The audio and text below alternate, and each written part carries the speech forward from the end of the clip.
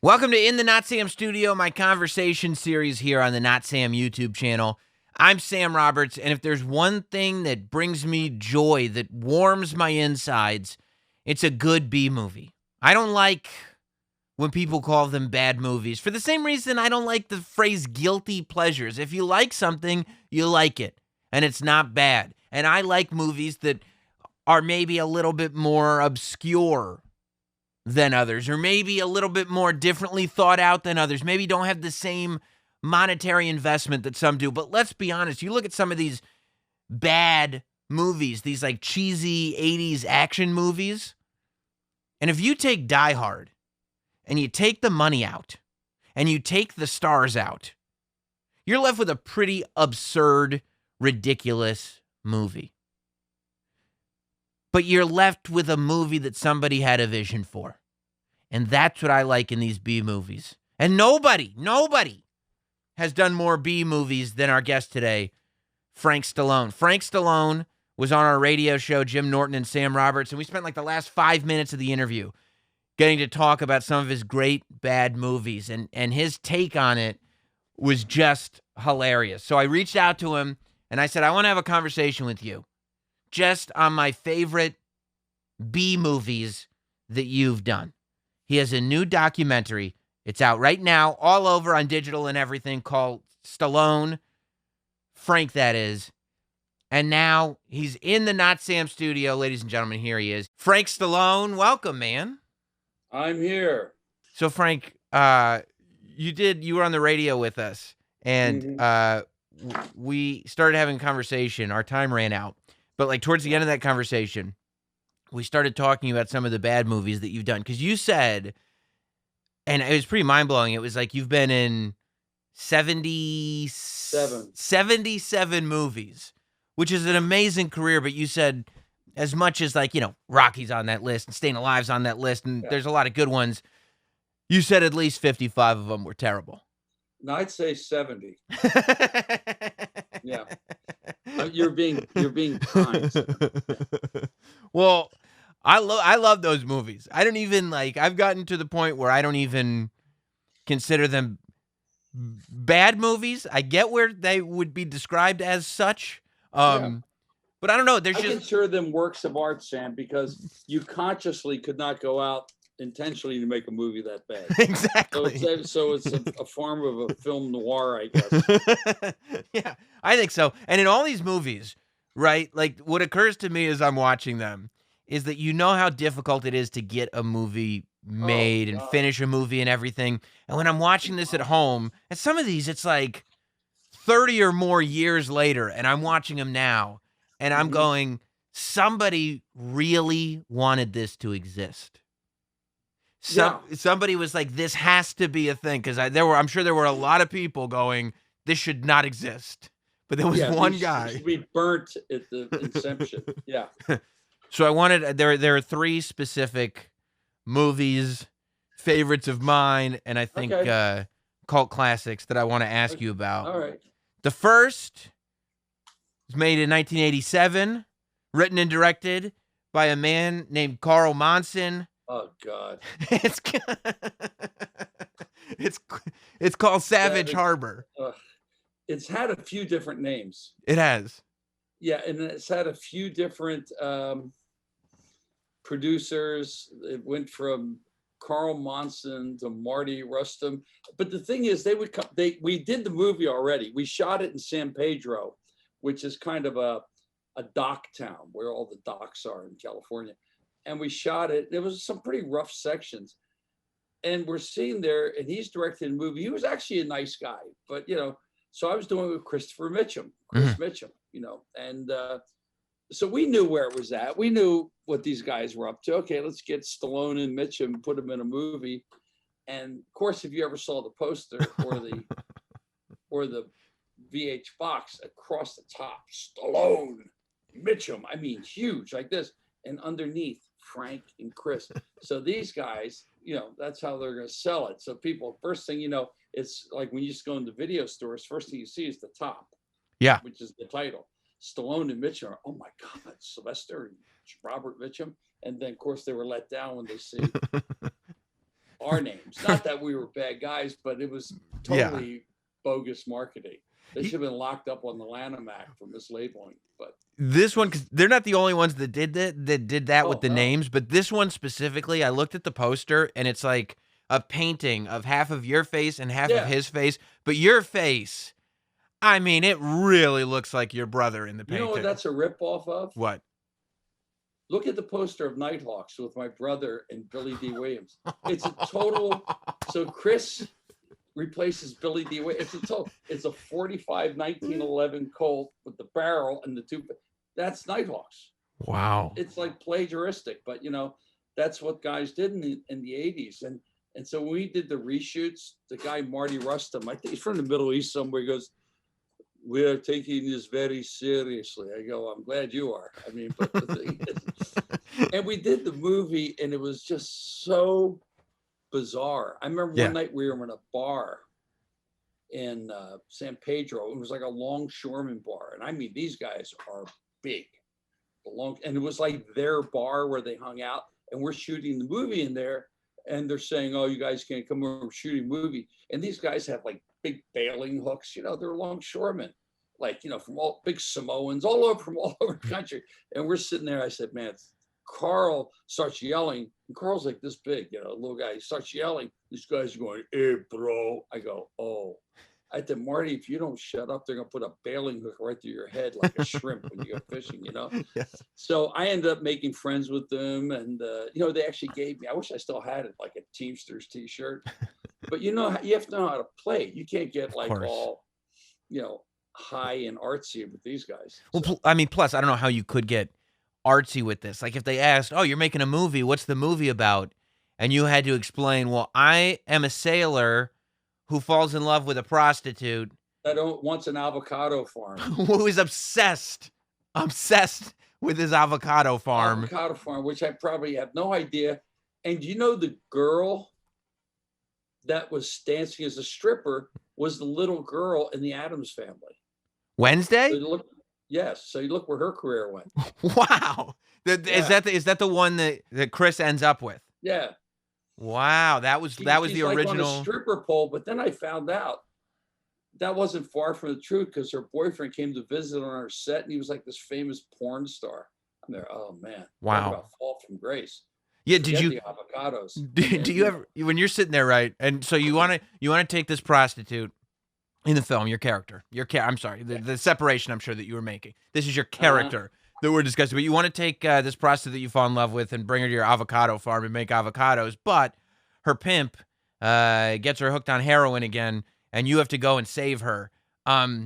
Which in real life I wouldn't do. You would just I said, go ahead, whatever. Yeah. I'll find somebody else to plant avocados. I'll find a real farm girl for avocados.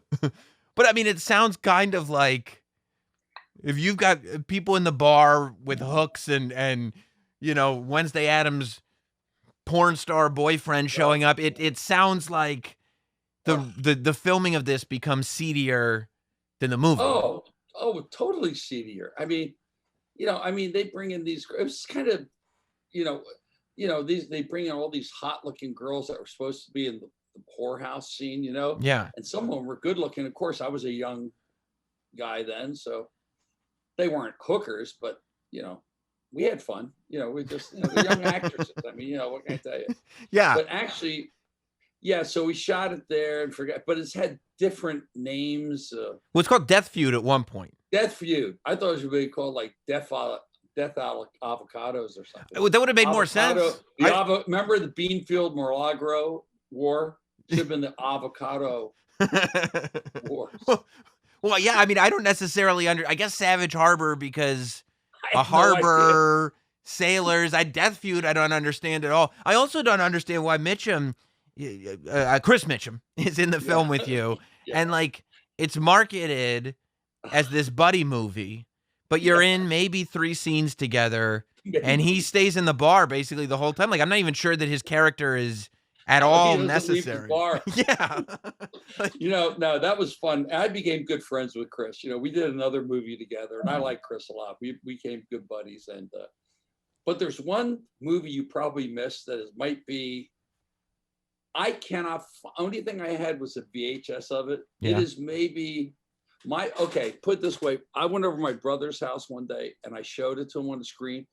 We were on the ground in a fetal position, convulsing, laughing so hard. Called Billy Lone Bear. Billy Now, Lone Bear. Oh God, if you could find that. All right, I'm writing it down. Shot it up in Calgary, right? And it's Brian James, good actor. Charlie Napier, who played, in Rambo. Mm-hmm. He was like the colonel. And Sonny Landham, who was in 48 Hours, the guy who played the Indian. It was so bad. And these guys they're Canadian. So the guy goes, so what are you going to do with it, eh? Like these big hockey players. They weren't even actors. They were like played in the Canadian Football League. It was so bad. And there's another one called War, Women Against Rape. And I'm the attorney. And they brand on my forehead as I'm dead, war, like you'd brand a cow. They kill me. And you know who I'm the star of the movie. You know who the co-stars are? Who? This one shows you how sick. Jerry Van Dyke, who went on to have a huge series coach. Of course. And Martin Landau, who went on to win an Oscar for Ed Wood. Yeah. And I'm the star. And these guys had like big careers. So and this movie was so bad, man. But I love at the end. But you feel like, like we see a branding iron, like you see like Sizzler Steakhouse, how it's like there's smoke coming out. Yeah. I'm laying there dead with war branded, but like smoke coming out of my forehead. So bad. So how quickly do you know when the deal gets made? Like, okay, this is gonna be a bad movie, but the check cleared. Right away. I read the script and it's like kind of okay. Then you meet the director and you feel this guy's like on glue or something, But anyway. But I was young. You go for the hang, more or less. I see. You go in. You listen. I do the best. You do the best you can in a bad situation. I don't want to go out. Of course, you don't intentionally want to go out there and suck. Right. But you go out and do kind of the best you can. But it's funny. But I have fun with the actors because after a few days, everyone knows it's a riff. Right. Everyone knows. Okay. Listen, we'll come up, we show up on time, we do our work. It's up to them how they edit this thing. So you're not going to sit there and go to the director and say, look, I think it would make more sense if I had more scenes here with Chris. No. I'm not going to sit there and go, my character would never do that. No, we definitely wouldn't do Tootsie. Well, you should. Now, what's the next one? I was going to say, before we move on completely from Savage Harbor, I don't know if you know this or not, but there's a company called Vinegar Syndrome that puts out it's like a boutique Blu-ray company, and I know them. Yeah. Right. They have a special collection called the Vinegar Syndrome Archive, where they put out limited releases, but they take these completely obscure movies, but they find in Beverly Hills, right? It's Savage Harbor. Oh no. I didn't know they re-released. Yes. That. They find the original film negative. So like they give it the royal treatment and everything. And they do this amazing transfer, and so now it's out there on Blu-ray for everybody to see. It's amazing. Seriously, when I think about, I think about some of the really good movies I've done, Tombstone, Barfly, Hudson Hawk, but this is what I'm remembered for. This is it. It's unbelievable. This is it. And you brought it up. I did bring it up. Second movie, probably your most famous of this genre, has to be Terror in Beverly Hills. Terror in Beverly Hills, it's quintessential. It's actually streamed. There's a service called Tubi, and Tubi streams Terror in Beverly Hills for free. You could just watch it whenever you want. Yeah, because no one would pay for it. So I get that. But here's the deal with that. Yeah. So we're doing this movie, and at that point, a lot of these companies like Peacock Films, they're most of them like Middle Eastern guys that know nothing about the film business. They're either from, I don't know where the hell they're from, but anyway. But they come with money. In those days, being a rock musician, money was tight.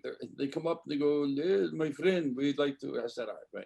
So I talked to my agent. So John LaRocca, God rest his soul, who's in my movie, who just passed away. But he was the classiest agent because he'd take the gold from out of your teeth. He was like one of those guys. Yeah. So he knew we get paid cash back in those days. Right. So the brown bag of cash. So we're sitting there once, and Cameron Mitchell's in the movie. Now Cameron Mitchell was a big star, High Chaparral. He did Love Me or Leave Me with James Cagney. He was a big actor, but he was older and he probably went through a few divorces, so he needed the bucks. So I'd sit there and talk to him, all the time. So we're shooting the movie out in the middle of a bean field in a lima bean factory, okay, in the middle, like Ventura County. Yeah, the old bean factory. Yeah. Yeah. Yeah, the old bean. Yeah, the old bean factory. So I drive there. And the director was classic. John, I think it was John Meyer. Yeah, John Myers. Okay, I went to his house. First, John and I went to his house. I like to have a meeting, and he had that deep voice. So I walk into his house, and you could tell, like, at one time, he was a good-looking guy, tall, but he's wearing, like a safari jacket with an ascot, like Cecil B. DeMille in his house. And his wife, you could tell, was beautiful, but he's old. And he's talking about this movie like as if we were doing the African Queen. You know what I mean? Yeah. It's like crappy movie. But he probably needed the gig too. He was like an old kind of burnout guy. Nice guy though. Yeah. Nice guy. So we're there like this. He's there, now Frank, the character of you, in this very Londonderry voice, the hair back, classy. He looked like Gore Vidal, that type of look, yeah. Right? So we get shooting on the movie, and he's there. I swear to God, he's wearing like the khaki pants with the safari jacket with the ascot, like with the loop around his neck, like one of these guys like this. Mm-hmm. The cameraman, Peter Wolf, is a deaf mute. He can't hear or speak, but no, he's the cameraman, right? Yeah. Nice guy, really good guy. And they would have someone with him, but he was good. So anyway, I show up on the set one day, mm-hmm. and he's going ballistic, the camera guy. He's going, it's like a hand job, all his hands. I said, what the hell's going on? And the interviewer's going, I said, I'm sitting there with Cameron. I go, what the hell's going on? We just showed up. He goes, these people, the film company, Peacock Films, they forgot to bring the film. Okay? 50 miles out of town. They're sitting there and he's freaking out. They forgot to bring the film canisters to shoot. We haven't even started the day. And Cameron Mitchell's sitting there going, in my 50 years in Hollywood, I've never seen anything like this. So I said, I'm going home. Yeah. Because by the time they got back, and they go, oh no, my friend. I said, nah, I'm out. So my manager took the brown bag with the cash. I went home. I said, when you get together, call me again. So we come there next day, and there's craft services, and they have all their family there sitting in our director's chairs, eating food, like with I don't know what the hell they wear, those things in the Middle East, or you can see this much of their face. Uh-huh. I said, what the hell is this? Uh-huh. Was this the Last Supper? What the hell's going on here? So I said, no, I said, John, I'm going to take one more day of this, or I'm going to just go binkers. So we did the movie, and, and the guy that plays the bad guy. Yeah. The Middle Eastern guy. The terrorist. He was one of the most famous, well, I don't know what that means, but he was the most famous actor in the Middle East. He was like Humphrey Bogart of the Middle East. And of course he had to leave his country because they would kill him. So now he's doing this lousy movie too. But it's, it's not as bad as some. It's better than Savage Harbor, which I don't know what that means. I mean, look, it's fun to watch. The first 20 minutes of Terror in Beverly Hills is brutal. It takes so long to start going. It's brutal. They go to the interior of the plane. It's like the biggest airplane interior you've ever seen in your life. It's like Plan 9 from outer space. Yeah. I mean, it's really bad. But so when you say that you wanted to walk off, like I got the feeling. Not walk off. I didn't want to walk. It was just so ridiculous. Right. Because you go from Barfly to this, or you go from Rocky, right, where everything is professional. I mean, these are the Mike Westmore, the greatest people in the business, to like a bunch of hacks that were like washing elephants a year before. Right. You know what I mean? Yeah. I mean, so it's like. But I got the feeling as I was watching it that they didn't have you as much as they wanted you, whether they couldn't afford you or whatever, because the whole first part of the movie, like you're not in that much of the movie. No, I'm not. The first good scene, like the first action scene where they're stateside, where they're kidnapping the president's daughter. Yeah. So that you can save her. Like they go in and they shoot up the changing room and in the dress store, and they shoot the girls and they shoot the guards. And this cop, who I don't know, kind of looks like you, maybe, but it's not you, who we weren't really introduced to and we never really see again. He starts chasing him. And just disappeared. And then he just disappears. Like they do this big car chase. The editing with is unbelievable. Big car chase, right? And then the police helicopter is after him. No continuity at all. No. And then the helicopter's chasing him, but the police helicopter gets distracted because there's naked girls in the back of a pickup truck on the highway. So they look at me. I know. How about me in the martial arts scene? I don't know anything about martial arts. I was a boxer. So it was my friend that was doing the martial arts kicks. And then they cut to me and I'm taking the face mask off going, phew. That was a tough one. I had no idea. I don't know how to throw wheel kicks and stuff like that. So but you have to have a sense of humor about it. Of course. You can't, because Jack Nicholson did 27 really bad movies, Roger Corman movies. So, and he didn't do too bad in his career. Yeah. You got to start somewhere. So when you talk about martial arts, there's the big climax fight scene. You're using martial arts, but you do this thing where you start doing air quotes. Like you start out, you get your fingers up and you start poking like you're doing it. And I don't know if that was a technique that you were just like, this looks like Where do movie. you think Karate Kid got their stuff? It's all from you, right? Yeah. The crane, man. Yeah. I had no idea. I had no, this is like 30, almost 5 years ago. It's a long time ago. Oh, yeah. Was it 87? 89 was Terror in Beverly Hills. Okay, so it's like 32 years ago. Wow. What did you think when you found out your character's name was Hack Stone?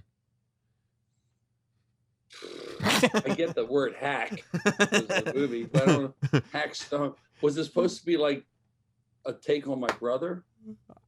I get, maybe, I don't know. Did he have a name like that? Because it'd been Jack Stone. It They steal everything. These guys had no qualm about plagiarism at all. Do you have any idea? Did you ask anybody why when Hack goes into the bean factory? Because they mentioned the bean factory 100 times in this movie. The bean factory in this movie is the avocado farm in Savage Harbor. But it's like Lost Horizons, like the castle, the bean, the bean factory. Yeah, but when you go into the bean factory, you got rope on your shoulder, and you never used it. I never used it. You never used it. So what am I like Rappel in the bean factory? I have no idea. Yeah, they just hand me stuff. I go, okay. So what's the third one? Well, I wanted to ask you too. There's one line in the movie. I thought, because I always you know better than me. I do. I just watched it, to be fair. Like I know that you haven't seen it. So the line that I like the best is not the line that I think that fans like the most. You still have the line that fans like the most. Which is that? The line that I like the most is when your wife is worried about you.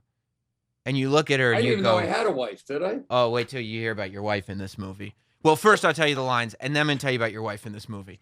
All right. When you look at your wife and you go, maybe you didn't hear, Hack Stone don't kill so easy. I was like, oh man, God, that is so great. That is great. But the line that everybody loves. Maybe you don't hear, Hack Stone. And you don't bathe either. God, what was the other one? The line that everybody loves, that like I've seen like little snippets of in every video on YouTube and everything, is when the chief of police is like yelling because he's such an angry guy. This character, he's just cursing and yelling all the time. And you look at him and you go, bullshit. That's Cameron Mitchell, isn't it? Yeah. The police chief. Yeah. I go, and that's what I say? Yeah. Bullshit. Bullshit. So let me tell you about your wife in this movie, because I'm glad you forgot, because it is the weirdest. I didn't even know I had a wife. So you have a wife and a child in this movie. And it is Frank Stallone don't kill too easy. I'm going to tell that to a girl next time. Frank Stallone don't kill too easy. It's a great line. But his career does. But, but so the terrorists find out that you are coming, because Hack Stone is a former Marine. So he's going to come and he's going to take care of the terrorists. He's going to save the president's daughter. So the terrorists find out that you're coming. So they go to your house while you're gone, headed to them. They go to your house and kidnap your wife and your daughter. But then I think it's 2 scenes later, It's very quickly after that. Some other cops, the declaration is made that we don't need to send the cops to save the president's daughter anymore because Hack Stone is coming, so we're good. So one guy's gonna take he's gonna take out everybody. So the cops go to your house, and just randomly just go in, and they kill the terrorists that kidnap your wife and daughter, and they shoot the one guy in the pool with a shotgun like 5 times. And everything's fine. The story goes away. Like it's just. I gotta watch this movie. I don't remember. Well, you're not. Maybe I purposely Awakenings. I think I purposely like you're not even involved as an actor. Yeah. They could have easily just added those scenes in, while you were at home. Oh, God, this is clever. Filmmaking at its best. It's so great. But nothing, that's what makes it bad. It's so bad that it's good. Okay, so what else? What's the next one? My third, by the way, I do want to give a shout out to the president, to the Oval Office in Terror in Beverly Hills. It's not an oval. It looks like your grandma's basement. It's the greatest thing you've ever seen. The president's office. This one is probably. There was a president? Oh, yeah. There was a president. Oh, so Hack Stone had like a hotline to the president? The president had, you're going to love this. The president had something like 14 phones on his desk, and they set up like a roll. Like my agent. They set up like a rolling shot, so it would move across the screen, and you'd see all the phones. Half of them weren't plugged in, and you'd see all the phones on his desk, and the president would call the police, and then the police would call the newscaster, and then they would call you at home, and I mean, it was great. It was great. No wonder they made a documentary about my career. How would you survive this? Well, here's my favorite one. This is the one that I spent some time with this one because I really wanted to talk to you about it. After we talked the last time, I was like, this is one that I hadn't seen that I want to check out. I watched the Rollerblade 7. Oh, God. The director, Dan? The director was Donald G. Jackson. He also did Hell Comes to Frogtown, but yeah. This guy. Yeah. Nice guy. Yeah. This was maybe the cheesiest movie I ever made in my life, next to Billy Lone Bear.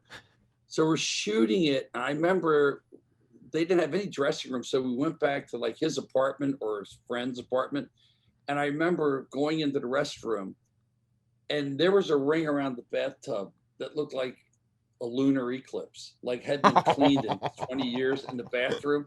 And I'm like all skeeved out. So I had a beard then. So I was playing The Dark Knight. That's right. Now, if you look close to that movie, I had a beard kind of like yours. Beard. So they put a suit of armor on me. Right. But the suit of armor is made of rubber. So when I go like this and I move, the suit of armor like folds, like white creases, like it's made of rubber. So when I'm talking, like, a helmet would be like this. So when I'm talking, the things that come down on the site, they're going like this. So anyway, and they're moving because it's so cheesy. This guy made 4 movies out of that movie. Dude, so he did the Rollerblade 7, then he did Return of the Rollerblade 7. Yeah. And then I wanted to know if you knew that there's a movie called Legend of the Rollerblade 7, which is actually made of the footage. Am I in that? I think you are, because he's using. I think what he would do, he would just throw me in because I was the Dark Knight, and so I probably said the same thing, or he maybe overdub my voice. Yeah, it's very similar. Oh, God, so bad. That might be one of the worst movies maybe ever made. It was made in the San Fernando Valley. It was so cheesy. I mean, we're talking about beyond low budget. If that movie cost $20,000, I think Debbie Does Dallas, like just the opening scene, costs more than this whole movie. Well, I wanted to ask so it's Donald G. Jackson, who also directed Hell Comes to Frogtown. Well, doesn't that tell you right there? The movie Hell Comes to Frogtown. And the person. Did you ever see that? I've seen Hell Comes to Frogtown. Yeah, Is it bad? Well, look, Roddy Piper. He was great in They Live. I did a movie with Roddy Piper. What movie? He was great. I forget. I don't know if it ever came out. I'm gonna look it up too. Maybe I've done more. I'll let you know. Yeah, please do, because I'll check it out. But Donald G. Jackson made the movie with Scott Shaw. He's the co-writer. He's the co-producer. He did the soundtrack. He's the star. He's the guy with the long blonde hair. He's part of this. And when they talk about this movie, and I was watching interviews that they did, explaining the movie, and they did it through what they call Zen filmmaking. Do you remember them talking to you about Zen filmmaking? No, only thing I remember is the filth around the bathtub. Okay, well, the toilet not being flushed. That's what I remember. well, I don't think that was Zen. that's not that Zen, to tell you the truth. That's Zen bathing. But they said Yeah. Zen filmmaking is the way they make film, where there is no script, and they just have. What a surprise! I mean, the dialogue is unbelievable. It was written by Clifford Odets. I mean, it's it's amazing. These guys, I don't know how they get these movies done. I've done. Oh, we got to do this again. I mean, I'll send you a list of other ones that are just I mean, how about Ground Rules, where I'm playing an off-road cycle. I don't even know how to ride a motorcycle. Well, that's what but my name is like Zeke something. And again, the motorcycle, big jump at the end, the scene, I take the helmet off. yeah.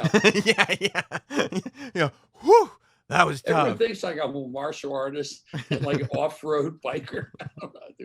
Well, so the Black Knight is basically, first of all, you talk about like names and stuff like that. All three of these movies do exactly what you said, where it says Stallone on the poster, and all three of them do it. But the great thing about this is that it says Stallone Estevez, because Joe Estevez is in Rollerblade. I didn't even see him. Yeah. I did a movie with him called The Garbage Men, which is really bad. I mean, really bad. I mean, there's so many. As a matter of fact, Marty Sheen showed up on the set, and he had to leave. He said, "This is like, I can't be around this." He goes, "You think your career's over, boy? After this one, yeah." So you don't remember if there was would you have done the movie if there had been no script?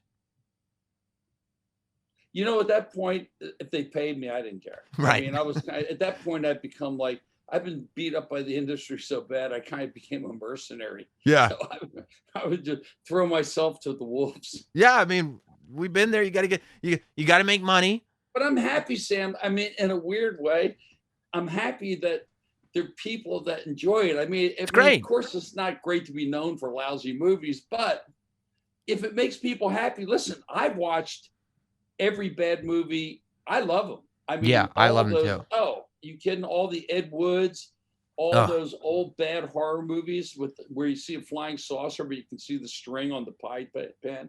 I love that stuff. You can hear in Rollerblade 7, there are scenes where you can hear the stage direction. All right, let's get another one of those. Like you can actually hear that. That's classic. In the final, no one's aware. I don't know. You would think, and there's also, so there's one scene where the director, who also acts in the film, I think he plays the Pharaoh or the Pharaoh's brother. He's talking to a woman, and they say that, she's speaking to like a psychic. She's translating for a psychic. But I mean, that's clearly just a cover because she's getting fed lines and she's just repeating them. Well, but the original voice, they're horrible. Listen, there's a good movie I did in South Africa called Mask of the Red Death, Edgar Allan Poe. And if you want to see something really bad, watch me try to do the tango in knee boots with putties and a saber. It is so bad. But there's good actors. See, the thing is, I've done movies with Donald Pleasance, Brenda Vaccaro, all these big actors. But at one point in your career, you've lost a lot of money. You need the money. Of course. So they'll do it. They'll go, listen, I mean, like I just said, Martin Landau, Jerry, I mean, I've done a lot of movies like that. And, but when you're a young kid, like 36 years old, you go, what are they doing here? And then as you get older, you go, they're doing it because they need the dough. Basically, I mean, it is what it is. It is what it is. Did you know? I mean, you most of the movie takes place in the wheel zone. I don't know if you know that was the location. The wheel zone is where it was a gutter, like in the valley, like a storm drain, where they're like going. Yeah, it's like one of those floods, like in San Fernando Valley, like those things. When we have the big floods, they fill up and people drown because they're idiots and shit. Yeah, it's one of those things. That's what it was. Did you know how to rollerblade? No, no, absolutely not. No. I don't know how to do anything in my movies other than play guitar. It's like, yeah. Yeah, yeah. If you want me to do a song, I'll do a song. If you want me to act, I'll act, but that's what I do. Wouldn't it have been great as the Dark Knight pull out his Les Paul and start jamming? I mean, it'd be like, Yeah, Herman Munster. yeah, No, yeah. but I mean, the thing is, look, I'm happy in a way that people enjoy it. It's not, I wish there'd be some of my other movies they'd like to review, but what are you gonna do? It's okay. I think it's fun, and I love the idea. So I love being around young filmmakers that say, "Wow, man, that's really cool." I said, "Whatever floats your boat, man." I mean, You this know, is my favorite stuff. Like, I'm not gonna sit here. If you could be in my late 100, nephew, my late nephew Sage, this was his thing. He was one of the founders of Grindhouse. yeah, And he went to Italy and he bought a collection of maybe the worst movies you could ever find. And I got to find out where they are, God rest his soul. But I mean, this is what he did. And he'd buy the tins, the movies, hmm the reels of these famous movie stars like Arthur Kennedy, like doing this bad movie in Bulgaria. This guy been nominated for 2 Academy Awards. You know what I'm saying? yeah, But, things happen in life, maybe divorces and stuff like that. They need the dough. yeah. And then, but I mean, and It's you work. and you justify it at the time. Yeah. But like we're saying, like you let years pass, and 30 years later, we're still talking about it. And I'm sitting here telling you, like I'm not yanking your chain. Like I'm telling you, I want to talk to you about these movies Yeah, because Sam, but you know I what it love is them. at the end of the day? It's like when Tootsie, when he goes, I needed the work. And he Yeah. tells her, he goes, I needed the work. I mean, and that's why, so a lot of these people come to this town to get on a high horse. Well, I would never do that. I said, yeah, you will. Right. When your landlord's knocking on your door ready to throw you out, you'll do. Do you think that it's helpful when you're in a movie like the Rollerblade 7 that instead of doing credits in a traditional sense, like a lot of movies will have all the credits at the end, and a lot of movies will play some of the main credits in the beginning. What they did for the Rollerblade 7 was every time an actor appeared on screen for the first time, a big giant title card would come on screen, and it would just say During his the name. movie? Your character, Oh, God. the Dark Knight or the Black Knight or whatever the character, he doesn't show up until 40 Later on. something minutes into the movie. The movie's half over. And as soon as your character is on screen, screen goes black and a big white letters. It just says Frank Stallone. And Oh, then my God. and then the scene continues. That's what the worst. But when you watch it again, Sam, look at the suit of armor. I'm going to now. I mean, the big breastplate, like you'd see in Ben-Hur, it's Mm. rubber. I said, what are you doing? There's He goes, also "Oh, well, we couldn't afford a real one." I go, oh, God. But when you see like the creases, like it moves with my body. I mean, it's got to be like a almost wearing a wetsuit. but it's supposed to be a suit of armor because you're a knight. With the Dark Knight, right? Yeah, yeah. Also, what they do, like half the scenes or more in the movie are looped. So, like when a car pulls out, you watch the car pull out over and over and over and over and over again. They do it like almost like He might be the worst filmmaker ever. He could, makes Ed Wood look like Orson Welles. yeah, I mean, I couldn't tell if he was going for something stylistic, like music video-y, or if he's just one of these guys that like he did a whole bunch of different shots of He's it. got 2 film credits. So what do you think? let's rack it up to that. It's not like people were knocking Jackson's door down. And you know what's funny? He died young, Yeah. and so did Carl Monson. I mean, Huh. I think they both died of like heart attacks or something. I probably looked at the film and dropped dead. Yeah. I mean, It's probably pretty stressful to try to get this stuff done. well, it's stressful. I mean, I think it's like they're ashamed of themselves because they're doing this movie. But some people have no concept. When you think about it, Yeah. Rocky was made for $900,000, and look at that. Yeah. And I've been in movies that made for $1 million, and they look like they're made for $30. There is a scene in Terror in Beverly Hills when the terrorist drops a bomb in a convertible car, and they don't have the budget to blow up a car.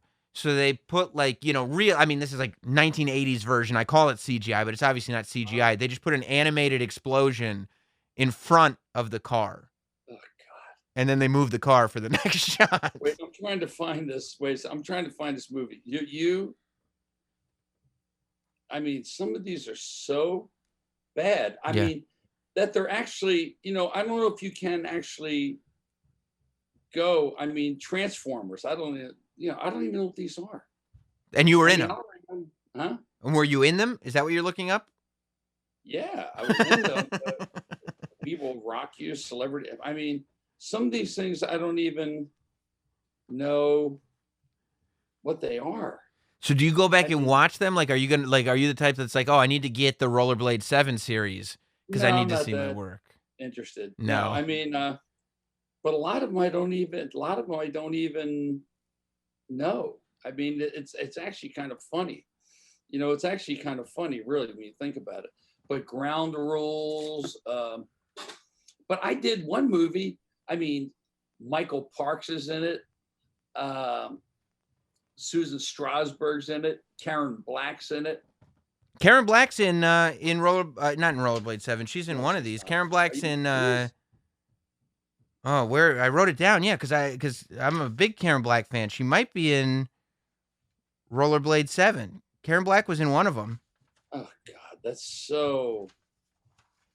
Yeah, I think Karen Black's in Rollerblade 7. Oh, this is a bad movie. Hitters. What a piece of crap that was. Well, that's some fun. Yeah, Mike. Oh, Ground Rules, really bad. Ground Rules. Double Cross with Franco Colombo. God rest his soul. Oh, All he did was Billy Lombard. Here it is, but I can't find it anywhere. I'll If find you it. can find it, Total Force is now here about this one. Total Force, me and Timothy Bottoms. All right. I'm writing it down. Timothy Bottoms is up for an Academy Award, Paper Chase. This is so great. Here's a real rich one. Lethal Cowboy. Lethal Cowboy? Lethal Cowboy with Frank Stallone and Dana Plato. Hey. And Chris Mitchum. Chris Mitchum. Back to Chris Mitchum. Yeah, that was a real. Taken Alive is really bad. Tales from the Crypt was fun. I'm looking at all these legends of the rollerblade. Christ almighty. So what do you tell people, right? Let's say you're working on Rollerblade 7, right? It's going to take however much of your time it's going to take. How long would you say you shot Rollerblade 7 for? How many? 1 day. 1 day, in and out. In and out. Okay, so it's not like you're going to have a conversation. No, it's not like I put any commitment into the movie. No, it was like I think it was like 1 day. 1 day. And you get 4 movies out of it. 1 day. Yeah, I think I got like $5,000. Yeah, wow. 1 day. Wow. But there was another guy who used to make a lot of movies named David Hevner. Mm-hmm. He used to make all his own movies. Mm-hmm. And he'd hire like these really pretty well-known actors. And he would just hog all the lines. Yeah, that's what I love. Like, I love the idea, because they could never get in a movie. Right. I mean, they would never, they get a few bucks and they do their own movies because they couldn't get an acting job. Well, it's like, if you want to be a doctor, you got to go to medical school. If you want to be a lawyer, you got to go to law school. If you want to be an actor, you just got to find some cash and you can get it done. You can get it done. But I'll tell you, I kind of like the fact, I think I was a somewhat natural actor because I've always been a bit of a ham. Yeah. But learning on the job was actually quite a bit of fun. Because I've always been a movie buff. I mean, I really am a movie nerd. I mean, I can sit in my house, people go, how about the pandemic? I go, well, you know what, tell you the truth, being a songwriter and all that stuff, I'm used to spending a lot of time by myself. So I could sit there and watch Encore Westerns or Me TV or Turner Classic Movies or American Movie Classics all day. Yeah. Yeah. And I'll bet for you, the fact that you're one of the few people that's been on every type of movie set you can possibly imagine, from the top of the top to the bottom of the bottom. Which you've mentioned 3 right now. Yeah, it's a good thing. Well, Frank, I'm glad we took some time to explore these movies because I love them. Me too. And and I hope people get to see my documentary because it really touches on all that. Yes, we touch on everything. And well, that's what I mean. And you said before too that the reason the movie is called Stallone, Frank, that is because of Savage Harbor. Yeah, because of the movie thing, because it said Stallone, Frank. Yeah. Yeah. And so I'm kind of making a little fun of myself. But the thing is, if you can't really, I know it's a trite saying, but if you really can't laugh at yourself, some people have no sense of humor at all. Right. Right. But you have to be able to you can't take a movie like that serious. No. You can't sit there and go, man, Yeah. and get all like bent out of shape. Every famous movie star ever has done lousy movies. Look at my brother, Death Race 2000, Roger Corman, one of my favorite movies, actually. People ask me, what is his? I said, Death Race 2000, man. I love it. Yeah. Machine Gun Joe Viterbo. Look at. I mean, I'm going to tell you right now, as much as, Rocky's amazing, Rambo, say what you want about your brother. If you're like, show me a Sylvester Stallone movie right now, where I'm going to put on Stopper, my mom will shoot. That's what I want to watch. Oh, yeah. Or Rhinestone. Yeah. Oh, yeah, exactly. Yeah. I told him, I said, I liked Rhinestone. I mean, but see, I have a warped sense of humor to begin with. Mm-hmm. So I get it. I thought Oscar was great. It was so hammy.